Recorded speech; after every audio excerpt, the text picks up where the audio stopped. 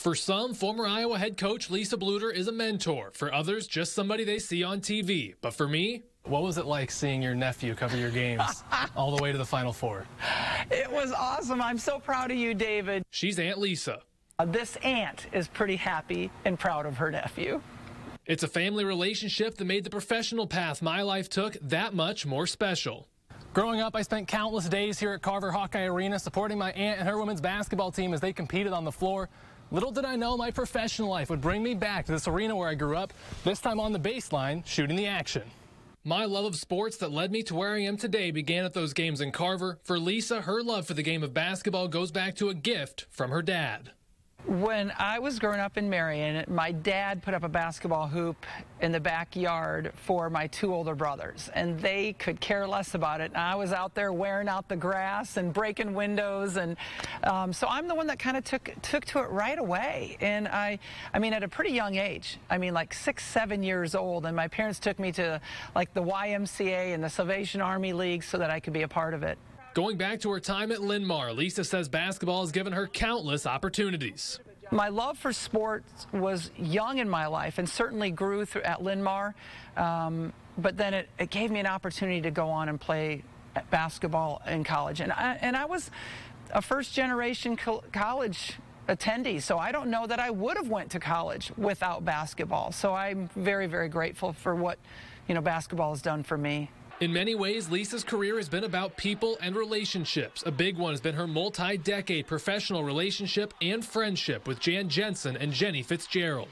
I hired them both to come back on my staff at Drake University, and so we've spent like 32 years together, which is an enormous amount of time, and I'm so blessed with that because coaching is pretty emotional. It's you put it out there, you're vulnerable, right? And you have to surround yourself with people you really trust and that have your back, you've got their back. The bonds formed by Lisa at Iowa also include her players, and she makes an effort to support them even after they've left Iowa City. Once a Hawk, you're always a Hawk. And those are my girls. Those are my, they become an extension of your family. And so you want to see them do well. And if now I can support them a little bit more, I'm going to take advantage of that. 100 years from now, when everything that happened the last couple of years are just memories, how do you hope that people remember you, your players, and your program on this incredible run? I hope they remember that we grew the game. That, to me, is really important, but I also hope they remember the joy that this team played with, that we did set a record in Kinnick and played in front of 56,000 people nearly. I hope those are the things that people remember. Lisa also reflected on what her and those in her circle were able to transform from a far-fetched dream into a reality. When Jenny and I came here 24 years ago, we walked into this building and looked around and said, can you imagine, playing with every one of these seats being full? And that was the goal. That was the dream. And you're right, we had curtains that came down around here to turn it into an 8,500-seat arena. But now those curtains have been raised for a couple years, and it's really fulfilling. It's fulfilling to see people enjoying our product, respecting our product, and wanting to support it. With her coaching career now in the rearview mirror, Lisa looks forward to spending additional time with family. Your cousin, David, who's also named David, is going to be a senior at Grinnell, and he plays Division III basketball, so I'm going to go watch all of his games. I've missed a lot of his games the last 3 years, and I don't want to do that anymore. For sure, I'm going to travel and enjoy this new phase of my life, but I'm also going to be right here in Carver and in Kinnick cheering on the Hawks, because that is definitely a passion. And just like any other aunt, mine always has her family's back.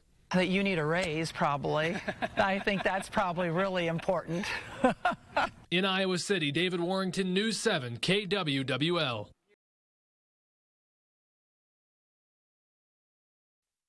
Now, KWWL Sports. Well, the Iowa football team is less than 2 weeks away from competing in the Citrus Bowl against Tennessee on New Year's Day. However, the question on the minds of many extends well beyond that, looking towards next year, specifically who will return and who will leave for the NFL. Yesterday, some players provided a little bit of clarity as to where they're at with their decision. In particular, several defensive standouts are considering returning for the Hawkeyes. Likely the biggest name of the decision to make is cornerback Cooper DeJean. The Iowa native and product of OAB-CIG High School was named a unanimous All-American this past season. DeJean finished the year with 41 tackles and 2 interceptions, while also returning a punt for the game-winning touchdown against Michigan State. He also returned what would have been a game-winning punt for a touchdown against Minnesota before it was controversially called back for an invalid fair catch signal. DeJean is expected to be a first-round pick if he declares for the draft, but as he explained yesterday, there are some things about Iowa that make it very difficult to leave. Around these guys, and just the team atmosphere that we have here, it's, I'm playing for these coaches. These guys love the game. They love to teach the game, and they've made me a better player, over my past 3 years that I've been here. DeJean is certainly not the only Hawkeye with a decision to make, as Jay Higgins and Sebastian Castro are both still unsure at this point if they'll return or go pro, as the Hawkeyes close in on the Citrus Bowl in Orlando. And in high school girls basketball tonight, Class 2A's top-ranked Dyke New Hartford, this year trying to make it 4 straight state titles, was looking to continue their hot start, hosting AGWSR. The Wolverines have consistently been a girls basketball powerhouse, while AGWSR is off to a 6-1 start this season. Well, Peyton Peterson takes it hard to the basket for the Wolverines and finishes inside. The Louisville volleyball signee continues the offense for DNH. Very next possession, Peterson proves she can pass as well, finding Marin Bixby inside as the senior finishes the layup, and the Wolverines extend their lead. Josie Cooper will get the Cougars back on the board. She takes the ball down low, finishes over a couple of defenders, trying to start the comeback bid, but the Wolverines would keep the foot on the gas as Bixby turns defense into offense, taking it coast to coast after the steal as the Wolverines continue to pull away. And tonight, Dyke New Hartford proved why they are ranked #1, running away from a very solid AGWSR team on the way to a 62-27 victory as the Wolverines continue their strong start. And over in Cedar Falls, the Tigers were back in action, hosting the Western Dubuque Bobcats. Early on, some great ball movement sets up Jordan Townsend for a 3 from the corner, and the junior knocks it down, giving the Tigers an early lead. The Tigers would look to run in transition as well as Aiden Heth finds Anthony Galvin, who does the rest, getting inside and laying it in off the glass to extend that Cedar Falls lead. But the Bobcats, they wouldn't quit. With the shot clock winding down, Colin McDermott drains a 3 from way downtown as Western Dubuque starts to close the gap. And right before the end of the quarter, Canyon Bright puts it in off the glass from deep as the Bobcats pull within 5 after a quarter. And the Bobcats would stick with the Tigers all night, but in the end, they couldn't quite get it done as Cedar Falls gets the victory, 60-54 the final. They move to 4-1 on the season. Stick around. We'll be right back. But we'll start with David Warrington live in Cleveland. So, David, tell us what the atmosphere is like there now, just hours from tip-off. Well, Ron and Elizabeth, the time is nearly here. In just a matter of minutes, South Carolina and NC State will tip off the opening game of tonight's Final Four. And as we saw just a short time ago at the Hawkeye Huddle, plenty of Iowa fans have made the trip here to Cleveland, and they're ready to cheer on the Hawks. Now, the Ivy in Cleveland was home to the Hawkeye Huddle a short time ago, and Iowa fans packed the place, getting ready to cheer on their team tonight against UConn. And it wasn't just Iowa fans, as some former big-name Iowa Hawkeye athletes were also in attendance, including all-time Hawkeye great former offensive lineman Robert Gallery.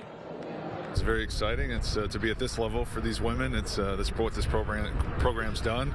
But that's just Iowa in general. That's the way our friends have always been. But when you get to this level of competition like these women have done, of course they're going to show up. UConn may have much more experience with this round, as this is their 23rd Final Four trip compared to just the 3rd for Iowa. Despite this, the Iowa fans are very confident and they're ready to cheer their team on when the game tips off in just a couple of hours.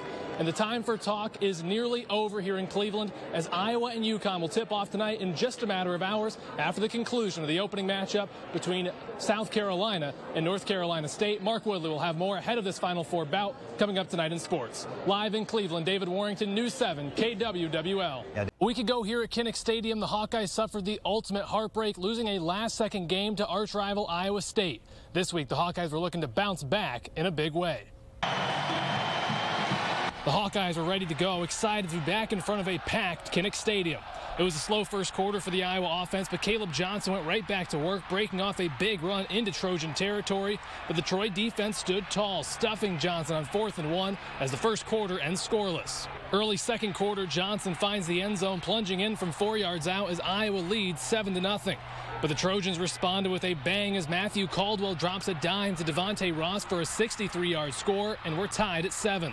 Drew Stevens put Iowa back ahead with a 42-yard field goal, but Troy had the last laugh before halftime as Ross strikes again, returning a punt 77 yards to the house as the Hawkeye fans are stunned at halftime, trailing 14-10.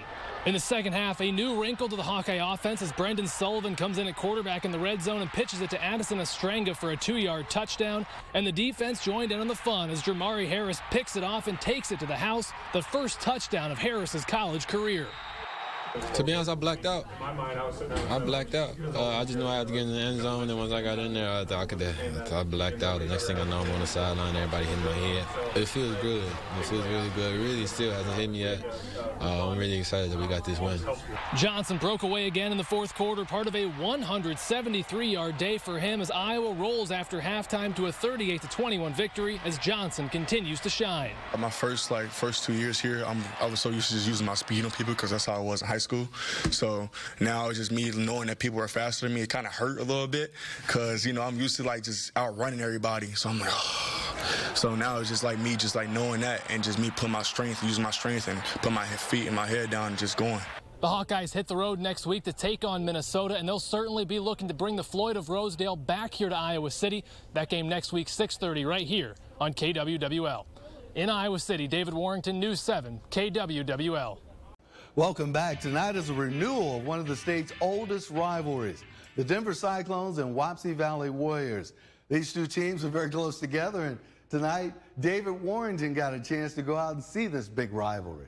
Well, here's a big rivalry game going on tomorrow in the state. I'm not sure what that's all about, but I got a rivalry between the Cyclones and the Black and Gold tonight, so we'll get started with that here tonight. Right. Now, the Class 1A Denver Cyclones opened the season last week with a 28-21 win over Class 2A's New Hampton.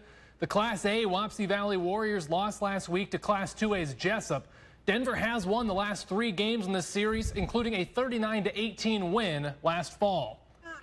And the Warriors were looking for their first win over Denver since 2020, while the Cyclones were trying to make it 4 in a row.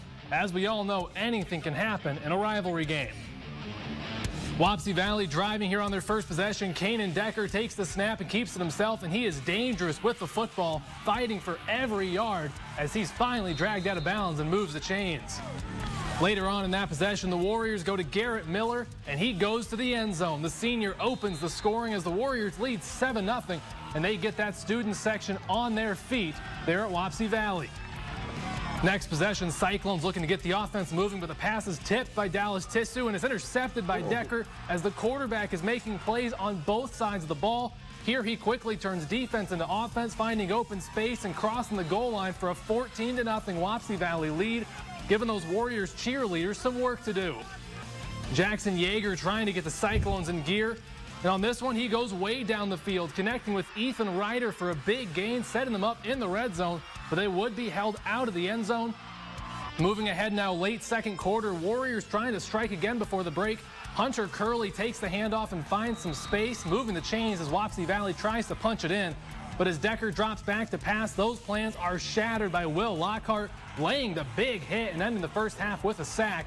But in the end, the Cyclone offense just could not get enough going tonight as the Warriors roll to a 35-12 victory. It's an impressive win for a team that is sure to be a problem this year in Class 1A. And Wapsie Valley improves to 1-1 this season. They're on the road next week at Southwind. Denver, they're also 1-1. They're back at home next week, taking on North Fayette Valley. Anytime you have a rivalry game like this, these kids know each other very well. They probably hang out in different places around their communities that are very close. You knew it was going to be hard-hitting and physical, and anything could happen. Absolutely. It's one thing when you're playing kids from 2 hours up the road that you know nothing about. They might go run into each other at the gas station this weekend and say, hey, what'd you think about last Friday? So there's a little something extra going into this one. Exactly. Wapsie Valley, boy, they're going to be really strong in Class A, like you said. Yeah, they are. I mean, they've lost a narrow one to a 2A. They beat a 1A pretty good tonight, and that's a good 1A they beat. Denver's no slouch. They're going to win a lot of games this year. It's a team that almost made the Dome, and don't be surprised if they make some noise towards the Dome this year. And like you said, you're going to another black and gold versus Cyclone game tomorrow. Absolutely. Cyhawk game. I'll be there. Mark Woodley will be there. A lot of other people will be, too. Got a nice little taste of football tonight. Keeping that going tomorrow. All right, David. Thanks a lot. Great job. The day of semifinal action concluded in Class 1A, and at 106, the freshman phenom Hayden Schwab stayed perfect on the year, cruising to a 10-0 decision over Atlee DeWitt of Alburnett.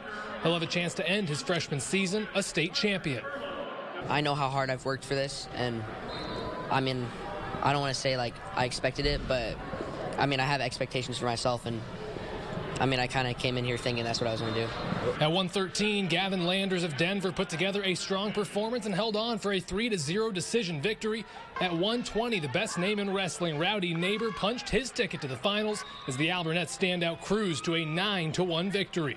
It'll be an all-Eastern Iowa final at 132 as North Butler Clarksville's Tanner Argis picks up the fall, while Don Bosco's Dawson Youngblood picks up a 3-1 decision. It was a battle at 144, and Denver's Bowden White just snuck past South Winnesheek's Colin Holm to earn a spot in the championship. While at 150, Starmont's Keaton Moeller was in control throughout on the way to a 10-3 victory. At 157, Kyler Knack of Don Bosco continued his season-long dominance, securing a pinfall and a chance to win back-to-back state titles. At 175, it took sudden victory, but both Knack brothers will be in the finals as Caden Knack secures the takedown to advance to the championship. At 190, McCade Bloker of North Butler Clarksville will compete for a state title as he takes down Don Bosco's Landon Fernandez 5-1 to advance. At 215 pounds, Maquoketa Valley's Brady Davis is advancing after a 5-1 victory, and it'll be an all-Eastern Iowa heavyweight final as both Mason Knipp of Waterloo Columbus and Logan Wright of West Branch will be in the championship. In Des Moines, David Warrington, News 7 KWWL.